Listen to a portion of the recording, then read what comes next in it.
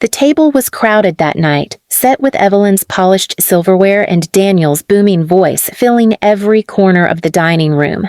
The children were restless, banging their forks against the plates while Evelyn sipped her wine, looking pleased with herself as if chaos meant life was vibrant. I sat at the far end, as usual, the old oak chair creaking under me, my hands folded in my lap. I had cooked once in this house, fed Daniel through scraped knuckles and sleepless nights, but now I was invited only when Evelyn wanted an audience. Halfway through dinner, Daniel raised his glass and chuckled, leaning toward the kids. "You know," he said, stabbing a piece of roast with his fork, "your grandma here? She's useless. Old bones, forget about her." The words hung heavy, and then Evelyn let out a sharp laugh. The children followed suit, giggling in their high-pitched voices, not because they understood, but because they wanted to mimic their parents. Please subscribe to our channel and tell us in comments from where are you watching this video. "Useless," little Amy repeated, covering her mouth. "Like an old shoe," Jacob added, earning another laugh from Daniel. My heart squeezed tight, but I kept my face still. I learned a long time ago that showing pain was like blood in the water. They only circled harder when they sensed it. Daniel leaned back, wiping his mouth with his napkin, proud of the cruelty he had taught. Evelyn beamed at him like this humiliation was dessert. The rest of the evening blurred, voices clinking like glass, but the words stayed with me. Useless. Forget about her.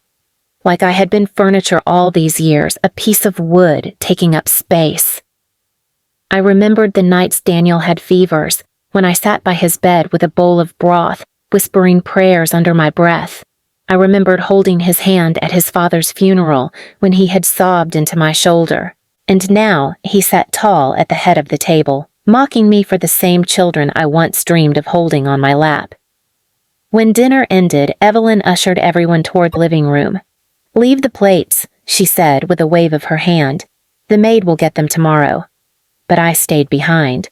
My cane tapped softly against the tiles as I leaned down to collect the plates no one wanted to touch. And that's when I noticed the dirt. Tiny smudges of soil clinging to the vegetables Evelyn had arranged for decoration in the centerpiece. Roots still clung to one carrot, the earth unwashed, forgotten. I lifted it carefully, my fingers tracing the roughness of the skin, and an idea began to stir. They had called me useless, dirt beneath their shoes, but I knew how to turn dirt into something unforgettable. That night, while the house quieted and laughter faded into bedrooms, I worked quietly in the kitchen. The pantry was full of Evelyn's organic labels, imported spices, fine wines, but tucked behind them was a small pot of soil, used for her decorative herbs, sitting damp and forgotten. I touched it, scooped it, smelled the earth between my fingers. For the first time in months, I smiled. They wanted me to be invisible, a joke at the table, a curse whispered to children. They wanted me to feel like nothing. But I knew how to make nothing taste bitter, how to make it stick in the throat, how to make them remember the night they laughed at me. And I promised myself, the next dinner, Daniel would learn what useless really tasted like. The days that followed were quiet, but inside me something had shifted. They thought their words would crush me, bury me in silence like the dust they walked over. Instead, those words fed me, hardened me, gave me clarity. I had been dismissed, erased, reduced to useless. But I had learned long ago, when people bury you, they forget that soil feeds roots. I spent my mornings in the garden behind the old shed, the one nobody else bothered to visit.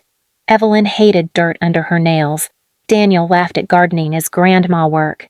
But to me, it was familiar, like old prayer beads running through my hands. I knelt, my knees aching, and sifted soil between my fingers, remembering how life could sprout from the ugliest ground. And as I worked, an idea took form. Not rage, not shouting, but something slower, sharper, something they wouldn't see until the taste filled their mouths. The next Friday, Evelyn announced another dinner. She loved showing off their home to neighbors, gushing over her curated table settings. "This time," she sneered, looking me up and down. "Just stay in the corner, Mother. Don't scare the guests with your silence. Daniel smirked, pouring himself another drink. Yeah, sit and watch how useful people live. Amy and Jacob giggled on cue, the insult already part of their vocabulary. I nodded quietly, clutching the armrest of my chair. They didn't notice my fingers tighten, or the tiny smile that crossed my lips. That afternoon, while Evelyn busied herself polishing her wine glasses and spraying perfume into the air, I returned to the garden. I dug deeper this time, pulling up the darkest soil, damp and alive. I filled a small jar and slipped it into my cardigan pocket, its weight pressing against me like a promise. When the guests arrived, the house was full of noise again.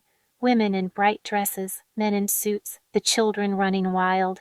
Evelyn thrived in it, her laugh sharp, her voice carrying over the room. She swept past me like I wasn't there, making sure every eye was on her. Dinner began, a spread of roast chicken, buttered potatoes, and vegetables that gleamed under the chandelier. Evelyn poured the wine, Daniel cracked jokes, and soon the room was buzzing. Halfway through the meal, Daniel leaned back and grinned. Kids, remember what I told you last time? Grandma's useless. He raised his glass like it was a toast. Forget about her. The table chuckled politely, unsure whether to laugh, but doing so anyway because it was expected. Amy piped up loud and proud. Grandma is useless. Jacob banged his spoon on the table, chanting, Useless, useless. My chest burned, but my face stayed still. I looked down at my plate, breathing slow, while my hand slipped into my pocket. My fingers brushed the jar. It was Evelyn who gave me the opening. She rolled her eyes and muttered, Honestly, we should have just served her outside with the dogs. The laughter was louder this time. I lifted my head slowly, letting my eyes sweep the table. No one met my gaze. Not Daniel, not the guests. They were too busy pretending cruelty was clever. I waited until the laughter softened, then pushed back my chair with a scrape that cut through the chatter. The room quieted. I stood, my cane steady in one hand, the jar cool in the other. Excuse me? I said softly, my voice barely more than a whisper, yet every head turned. I moved toward the head of the table, where Daniel sat smug and golden under the light. He opened his mouth to crack another joke, but stopped when he saw the look in my eyes. I placed the jar gently in front of him. What's this? He scoffed. Something useful, I said. I twisted the lid, the faint earthy smell rising. I dipped a spoon into the soil, dark and moist, and placed it onto his plate between the meat and the potatoes. Gasps rippled around to the table. Evelyn's face twisted. What the hell are you doing? Daniel barked a laugh, trying to shake it off. Are you insane, Mother? But I didn't flinch. Eat it, I whispered. He froze. The guests shifted uncomfortably, whispering. Evelyn hissed, She's lost her mind. I leaned closer, my voice sharp, slicing through the room. You told your children I was useless. That dirt was worth more than me. Tonight, you'll taste what you fed them. Daniel's smirk faltered.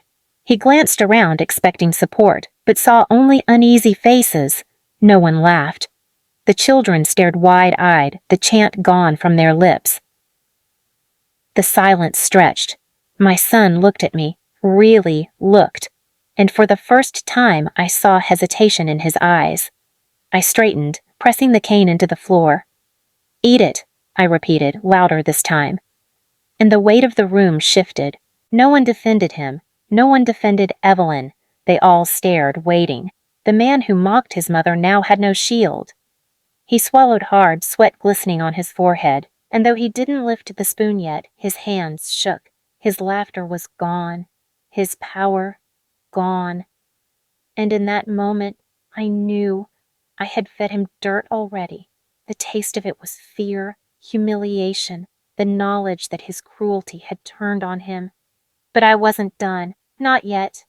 I turned, walking slowly back to my chair, leaving the open jar of soil in front of him. The guests avoided his eyes. Evelyn looked like she wanted to scream, but she didn't dare. Daniel sat there frozen, a grown man undone by a spoonful of earth. And I smiled quietly. Daniel didn't touch the spoon. His face was red, his knuckles white against the stem of his glass.